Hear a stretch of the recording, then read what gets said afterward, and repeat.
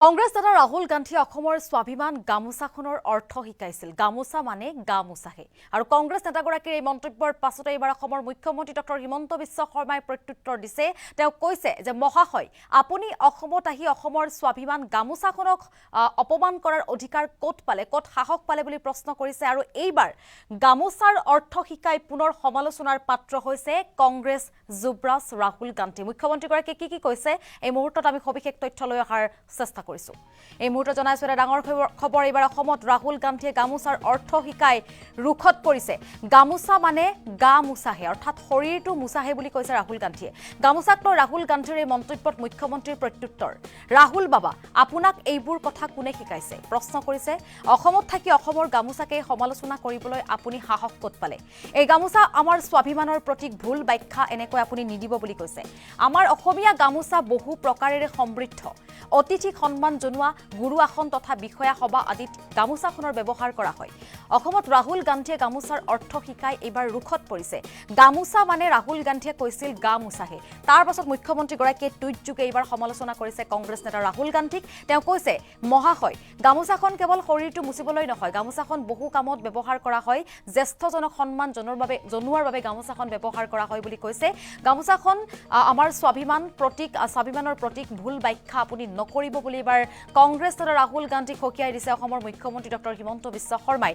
ৰাহুল গান্ধীয়ে মন্তব্য কৰিছিল যিহেতু গামোচাক লৈ। কি কৈছিল ৰাহুল গান্ধীয়ে এবাৰ আমি সেই মন্তব্য শুনাই ল'ব বিচাৰিছো।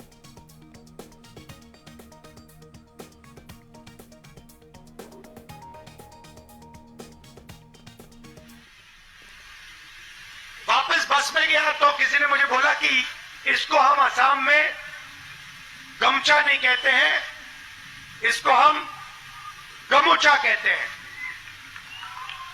तो मैंने पूछा ये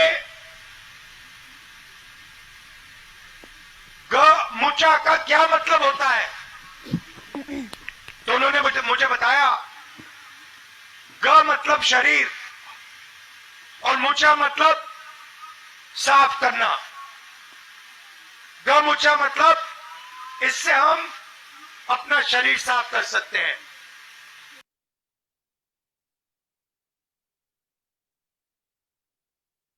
ৰাহুল গান্ধীৰ মন্তব্যটো আপোনালোকে মন্তব্যটো শুনিছে। ৰাহুল গান্ধীয়ে গামোচা সন্দৰ্ভত কিছু মন্তব্য কৰা দেখিবলৈ পোৱা গৈছে। তেওঁ কৈছে গামোচা মানে গা মোচাহে, অৰ্থাৎ শৰীৰটো মোচাহে।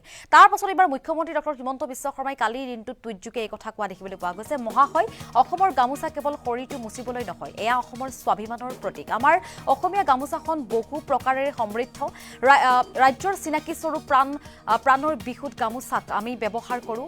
আৰু লগতে অতিথিক সন্মান জনাওঁ আমি গামোচাখনেৰে। গুৰু আসন তথা বিয়া সভা আদি পবিত্ৰ ক্ষণত আমি গামোচাখন ব্যৱহাৰ কৰোঁ বুলি কৈছে অসমৰ মুখ্যমন্ত্ৰী ডক্টৰ হিমন্ত বিশ্ব শৰ্মাই। লগতে আপোনাক এই কথাবোৰ কোনে শিকাইছে বুলি প্ৰশ্ন কৰিছে, নে আপুনি উদ্দেশ্যপূৰ্ণভাৱে কৈ থাকে প্ৰতিদিনে এই কথাবোৰ? এই বুলি এবাৰ ৰাহুল গান্ধীক কটাক্ষ কৰিছে, ৰাহুল গান্ধীক সমালোচনা কৰিছে অসমৰ মুখ্যমন্ত্ৰী ডক্টৰ হিমন্ত বিশ্ব শৰ্মাই। ৰাহুল গান্ধী আজি অসমৰ পৰা গৈছে, পশ্চিমবংগলৈ গৈছে। কিন্তু অসমত যেতিয়া উপস্থিত হৈছিল কংগ্ৰেছ নেতা ৰাহুল গান্ধী, ভাৰত জোড়ো ন্যায় যাত্ৰা অব্যাহত আছিল কংগ্ৰেছ নেতাগৰাকীৰ। তাৰ পাছত কিন্তু বিভিন্ন ধৰণৰ অপ্ৰীতিকৰ ঘটনা সংঘটিত হৈছে অসমত। সেই কথা নতুনকৈ কোৱাৰ হয়তো প্ৰয়োজন নাই। অসমত যেতিয়া ৰাহুল গান্ধী উপস্থিত হৈছিল তাৰ পাছতেই নেতা কৰ্মীসকলে বিভিন্ন প্ৰতিক্ৰিয়া আগবঢ়াইছিল। একাংশ লোকে যদি ৰাহুল গান্ধীক সমৰ্থন কৰিছিল, একাংশ লোকে কিন্তু ৰাহুল গান্ধীক সমৰ্থন কৰা নাছিল। কালিৰ দিনটোত ৰাহুল গান্ধীক লৈ একাংশ লোকে অসন্তুষ্ট হৈ পৰিছিল। লগতে অসমৰ মুখ্যমন্ত্ৰী ডক্টৰ হিমন্ত বিশ্ব শৰ্মাই অসন্তুষ্ট হৈছিল, ৰাহুল গান্ধীৰ বিৰুদ্ধে গোচৰ ৰুজু কৰিছিল। আৰু লোকসভা নিৰ্বাচনৰ পাছত কংগ্ৰেছ নেতা ৰাহুল গান্ধীক গ্ৰেপ্তাৰ কৰাৰো হুংকাৰ প্ৰদান কৰিছিল অসমৰ মুখ্যমন্ত্ৰী ডক্টৰ হিমন্ত বিশ্ব শৰ্মাই।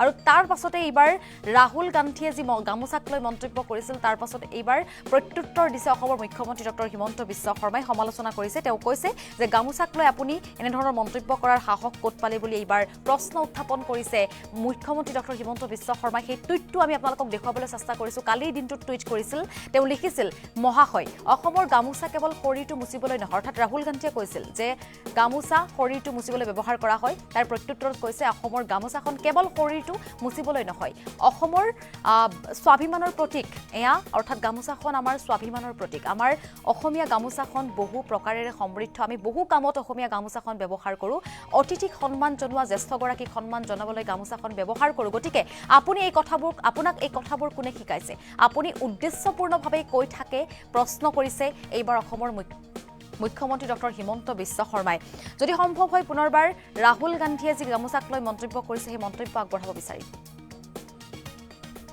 और मैंने गमछा बोला वापस बस में गया तो किसी ने मुझे बोला कि इसको हम असम में गमछा नहीं कहते हैं इसको हम गमूचा कहते हैं तो मैंने पूछा ये गमूचा का क्या मतलब होता है तो उन्होंने मुझे बताया ग मतलब शरीर और मूचा मतलब साफ करना गमूचा मतलब इससे हम अपना शरीर साफ कर सकते हैं और मैंने गमछा बोला वापस बस में गया तो किसी ने मुझे बोला कि इसको हम असम में गमछा नहीं कहते हैं इसको हम गमूचा कहते हैं तो मैंने पूछा ये गमूचा का क्या मतलब होता है तो उन्होंने मुझे बताया ग मतलब शरीर और मूचा मतलब साफ करना गमूचा मतलब इससे हम अपना शरीर साफ कर सकते हैं और मैंने गमछा बोला वापस बस में गया तो किसी ने मुझे बोला कि इसको हम असम में गमछा नहीं कहते हैं इसको हम गमूचा कहते हैं तो मैंने पूछा ये गमूचा का क्या मतलब होता है तो उन्होंने मुझे बताया ग मतलब शरीर और मूचा मतलब साफ करना गमूचा मतलब इससे हम अपना शरीर साफ कर सकते हैं और मैंने गमछा बोला वापस बस में गया तो किसी ने मुझे बोला कि इसको हम असम में गमछा नहीं कहते हैं इसको हम गमूचा कहते हैं तो मैंने पूछा ये गमूचा का क्या मतलब होता है तो उन्होंने मुझे बताया ग मतलब शरीर और मूचा मतलब साफ करना गमूचा मतलब इससे हम अपना शरीर साफ कर सकते हैं और मैंने गमछा बोला वापस बस में गया तो किसी ने मुझे बोला कि इसको हम असम में गमछा नहीं कहते हैं इसको हम गमूचा कहते हैं तो मैंने पूछा ये गमूचा का क्या मतलब होता है तो उन्होंने मुझे बताया ग मतलब शरीर और मूचा मतलब साफ करना गमूचा मतलब इससे हम अपना शरीर साफ कर सकते हैं और मैंने गमछा बोला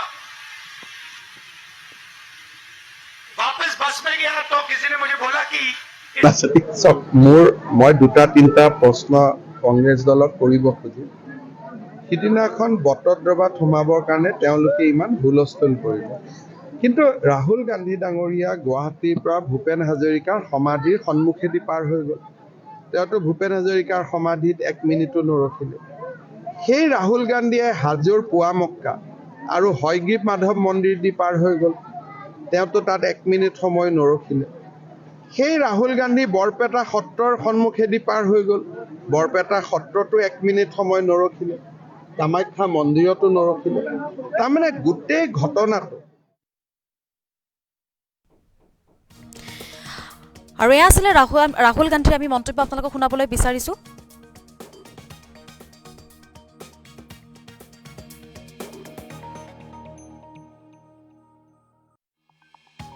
গান্ধীৰ সেই মন্তব্য শুনাবলৈ বিচাৰিছোঁ, কিন্তু তাৰ পাছত আমি আপোনালোকক যদি সম্ভৱৰ শুনাবলৈ বিচাৰিম, যিহেতু কংগ্ৰেছ নেতা ৰাহুল গান্ধীক তীব্ৰ সমালোচনা কৰিছে অসমৰ মুখ্যমন্ত্ৰী ডক্টৰ হিমন্ত বিশ্ব শৰ্মাই। লগতে কালিৰ দিনটোত ৰাহুল গান্ধীক উদ্দেশ্যি কেইবাটাও প্ৰশ্ন কৰিছিল। ৰাহুল গান্ধীয়ে কামাখ্যাত কিয় নগ'ল, ৰাহুল গান্ধীয়ে সমাধিস্থলীত কিয় নগ'ল, যদি হিন্দু ধৰ্মক ইমানেই সন্মান কৰে ৰাহুল গান্ধীয়ে, তেন্তে কামাখ্যাত কিয় এবাৰো সেৱা নল'লে বুলি কালিৰ দিনটোত প্ৰশ্ন কৰিছিল মুখ্যমন্ত্ৰী ডক্টৰ হিমন্ত বিশ্ব শৰ্মাই। কি প্ৰশ্ন কৰিছিল, আজিৰ দিনটোত যি প্ৰশ্ন কৰিছে সেয়া আমি আপোনালোকক জনাইছোঁ। কালিৰ দিনটোত কি প্ৰশ্ন কৰিছে আমি আপোনালোকক জনাবলৈ চেষ্টা কৰিছোঁ। মুঠৰ ওপৰত প্ৰশ্ন এটাৰ পাছত এটাকৈ কৰি গৈছে কংগ্ৰেছ নেতা ৰাহুল গান্ধীক, লগতে সমালোচনা কৰিছে অসমৰ মুখ্যমন্ত্ৰী ডক্টৰ হিমন্ত বিশ্ব শৰ্মাই। আমি কালিৰ সেই মন্তব্যটো এবাৰ শুনাব বিচাৰিছোঁ।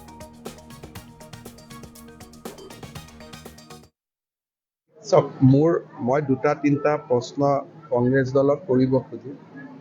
সিদিনাখন বটদ্ৰৱাত সোমাবৰ কাৰণে তেওঁলোকে ইমান হুলস্থুল কৰিলে, কিন্তু ৰাহুল গান্ধী ডাঙৰীয়া গুৱাহাটীৰ পৰা ভূপেন হাজৰিকাৰ সমাধিৰ সন্মুখেদি পাৰ হৈ গ'ল। তেওঁতো ভূপেন হাজৰিকাৰ সমাধিত 1 মিনিটো নৰখিলে। সেই ৰাহুল গান্ধীয়ে হাজোৰ পুৱামক্কা আৰু হয়গ্ৰীৱ মাধৱ মন্দিৰ দি পাৰ হৈ গ'ল। তেওঁতো তাত 1 মিনিট সময় নৰখিলে। সেই ৰাহুল গান্ধী বৰপেটা সত্ৰৰ সন্মুখেদি পাৰ হৈ গ'ল। বৰপেটা সত্ৰতো 1 মিনিট সময় নৰখিলে, কামাখ্যা মন্দিৰতো নৰখিলে। তাৰমানে গোটেই ঘটনাটো মেডিয়াৰ দৃষ্টি আকৰ্ষণ আৰু অসমখনক অশান্ত কৰাৰ বাদে কি আছে। যদি মহাপুৰুষ শ্ৰীমন্ত শংকৰদেৱক সঁচাকৈয়ে তেখেতে শ্ৰদ্ধা কৰে, বৰপেটা সত্ৰ শ্ৰীমন্ত শংকৰদেৱে পাতিছিল, পাটবাউসীত শংকৰদেৱ আছিলে, যাওঁতেতো সেই সত্ৰ দুখনত সোমাই যাব পাৰিলেহেঁতেন। যদি তেওঁ অসমক ইমানে ভাল পায়, ভূপেন হাজৰিকাৰ সমাধিত খন্তেক ৰৈ শ্ৰদ্ধা সুমন আগবঢ়াই থৈ যাব পাৰিলেহেঁতেন। যদি সঁচাকৈয়ে তেওঁ হিন্দু ধৰ্মক ইমান বিশ্বাস কৰে, মা কামাখ্যা মন্দিৰতো কালি 1 মিনিট সময় সোমাই যাব পাৰিলেহেঁতেন। গতিকে ধৰ্মক লৈ বা কোনো গোটেই উদ্দেশ্যটো আছিল অসমত অশান্তি সৃষ্টি কৰা। আজি এতিয়া আমি বিফল কৰিলোঁ। এতিয়া তেওঁ ধুবুৰীত যি ন্যায় যাত্ৰা কৰে কৰি থাকক, তাৰ মোৰ কোনো আপত্তি নাই। এৰেষ্ট আমি লোকসভা ইলেকশ্যনৰ পিছত কৰিম। এতিয়া কৰিলে মানুহে আৰু এটা পলিটিচাইজ হ'ব। লোকসভা কেছটো হ'ল, এতিয়া SIT ইনভেষ্টিগেশ্যন কৰিব আৰু যিবিলাক প্ৰমাণ আমাৰ সন্মুখত আছে। কালিতো গুৱাহাটীত বহুত ডাঙৰ ঘটনা হ'লহেঁতেন, যি ধৰণে তেওঁ বেৰিকেড ভাঙাৰ বাবে উৎসাহ যোগাইছিলে। গতিকে আমি সময়ত লোকসভা ইলেকশ্যনৰ আগতে আমি বৰ বেছি নকৰোঁ, কাৰণ অসমত আমি এনেই জিকি আছোঁ আৰু ইয়াত বৰ বেছি পলিটিকেল হুলস্থুল কৰি লাভ নাই। শান্তিপূৰ্ণভাৱে ৰাজ্যখন থাকিলেই ভাল আমাৰ। হেৰুনীয়া গুণ্ডাৰ ওচৰত আপুনি আহে কিয়? চৰকাৰে দিয়া ৰাস্তাটি গৈ থাকিলে গুণ্ডাৰ জেগাত থাকিলেহেঁতেন, আপোনালোকৰ জেগাত থাকিলেহেঁতেন। যেতিয়া কোনোবা এখন ৰাজ্যত আপুনি অতিথি হৈ আহিছে, সেই ৰাজ্য চৰকাৰ নিয়মটো মানিব লাগিবনে? আমি কৈছোঁ গুৱাহাটীতো তেওঁলোক আজিও সোমাইছে, কয় গুৱাহাটীত সোমাব বাধা দিছে। আৰে গুৱাহাটী পাৰ নোহোৱাকৈ উজনিৰ পৰা নামনি যাব পাৰে নেকি? তেওঁলোকে কৈ যে আজি বৰপেটা পালেগৈ, কি নগাঁৱৰ পৰা ৰকেটেদি গৈ পালে নেকি? গুৱাহাটীৰ মাজেদিয়েতো গ'ল। খালি আমি কৈছিলোঁ যে এইটো ৰাস্তা দি নাযাব, X ৰাস্তা দি নাযাব, Y ৰাস্তা দি যাব। সেইটোত কি আপত্তি কৰিবলগীয়া আছে? সেইখনোতো গুৱাহাটীয়ে। এতিয়া গুৱাহাটী সোমাব আমাক বাধা দিছে। আৰে গুৱাহাটী যদি আপোনালোক নোসোমালে, তেতিয়া নগাঁৱৰ পৰা আপোনালোকে বৰপেটা কি ৰকেট লঞ্চাৰ দি গৈ পালে নেকি? এনেকে অদ্ভুত কথা কৈ থাকিব নালাগে। আৰু এই অদ্ভুত কথাবিলাকৰ জৰিয়তে সস্তীয়া ৰাজনীতি কৰিলে বহুত দীঘলীয়া ফলাফল নাপায়।